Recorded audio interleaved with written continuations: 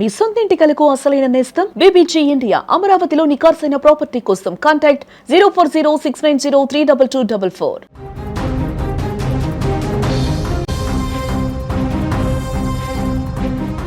ఆంధ్రప్రదేశ్కు మరొకసారి భారీ వర్ష సూచన వ్యక్తం చేస్తుంది వాతావరణ శాఖ. ఆగ్నేయ బంగాళాఖాతంలో ఏర్పడినటువంటి అల్పపీడన ప్రభావం ఇవాల్టికి వాయుగుండంగా మారిందని భారత వాతావరణ శాఖ తెలిపింది. దీని ప్రకారం రానున్నటువంటి 24 గంటల్లోనే మరింత బలపడి ఇది తీవ్ర వాయుగుండంగా మారేటువంటి అవకాశం ఉందని కూడా హెచ్చరించింది. ఈ వాయుగుండం పశ్చిమ వాయువ్య దిశగా కదులుతూ శ్రీలంక, తమిళనాడు తీరాలకు సమీపంగా ప్రయాణిస్తుందని కూడా అంచనా వేస్తుంది. అయితే దీని ప్రభావంతో ఏపీలోని పలు జిల్లాలు, ముఖ్యంగా నెల్లూరు, తిరుపతి, చిత్తూరు, అన్నమయ్య జిల్లాలలో శని, ఆదివారాలలో తేలికపాటి నుంచి మోస్తారు వర్షాలు కురిసే అవకాశం ఉన్నట్లు తెలిపింది. మరోపక్క వాయుగుండం నేపథ్యంలో విశాఖపట్నం, మచిలీపట్నం, నిజాంపట్నం, కృష్ణాపట్నం, గంగవరం, కాకినాడ పోర్టులకు తుఫాను హెచ్చరికల కేంద్రం కూడా 1వ నెంబర్ హెచ్చరికలు జారీ చేసింది. ముఖ్యంగా మత్స్యకారులు వేటకు వెళ్ళవద్దని కూడా హెచ్చరించింది. సాధారణంగా డిసెంబర్ 31 నాటికి ఈశాన్య ఋతుపవనాల సీజన్ ముగుస్తుంది. వాతావరణ శాస్త్రం ప్రకారం బంగాళాఖాతంలో మిగిలినటువంటి నెలలతో పోలిస్తే జనవరి, ఫిబ్రవరిలో వాయుగుండాలు, తుఫాన్లు చాలా తక్కువగా ఏర్పడతాయి.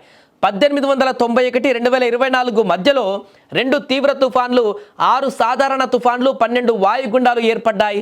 వాటిలో అధిక శాతం శ్రీలంకలోనే తీరంలోనే దాటాయి. ఇక 3 వాయుగుండాలు మినహా మిగిలినవన్నీ కూడా సంక్రాంతికి ముందే ఏర్పడడం గమనార్హం. వాటిలో ఒక తుఫాను మాత్రమే ఏపీలో తీరం దాటింది. ఇప్పుడు అలాంటి పరిస్థితే మరలా రాబోతున్నట్టుగా కనపడుతుంది. వాయుగుండం పూర్తిగా ఇప్పుడు సముద్రంలో అలజడి వాతావరణం సృష్టించేటువంటి పరిణామాలకు దారితీసింది. దీంతోనే తుఫాను హెచ్చరికలు కూడా నమోదు చేస్తున్నారంటే చూడొచ్చు. 24 గంటల్లో తీరం వెంబడి, ఆంధ్రప్రదేశ్ తీరం వెంబడి ఎంతటి వర్షాభావ పరిస్థితులు రాబోతున్నాయి అనేటువంటిది స్పష్టంగా ఇక్కడ అర్థమవుతుంది. ముఖ్యంగా కొన్ని జిల్లాలలో అయితే దీని ఎఫెక్ట్ ఎక్కువగా ఉన్నట్టుగా కనపడుతుంది. నెల్లూరు కానీ, అటు తిరుపతి లాంటి ప్రాంతాలలో కానీ ఈ వర్షాభావ పరిస్థితులు అధికంగా ఉండేటువంటి అవకాశం ఉన్నట్టుగా కూడా స్పష్టంగా కనపడుతుంది.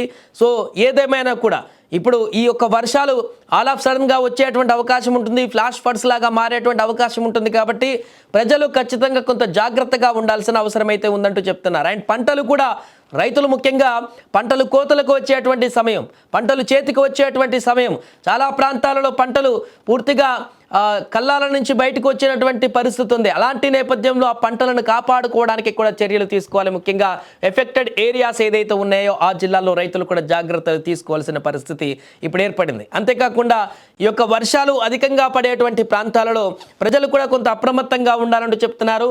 అవసరమైతేనే బయటికి వెళ్ళాలి. ఎందుకంటే ఇలాంటి వర్షాలు ఆరోగ్యానికి కూడా చేటుగా మారేటువంటి అవకాశం ఉంటుంది. అన్సీజన్లో వచ్చేటువంటి వర్షాలు కాబట్టి ఆ రకంగా నిపుణులు చెప్తున్న సూచనలు పాటించాల్సిన పరిస్థితి. ఇంకా ముఖ్యంగా సముద్రంలో నిత్యం చేపల వేటకు వెళ్ళి జీవనాధారంగా భావించేటువంటి మత్స్యకారులకైతే చాలా పెద్ద హెచ్చరిక అని చెప్పవచ్చు.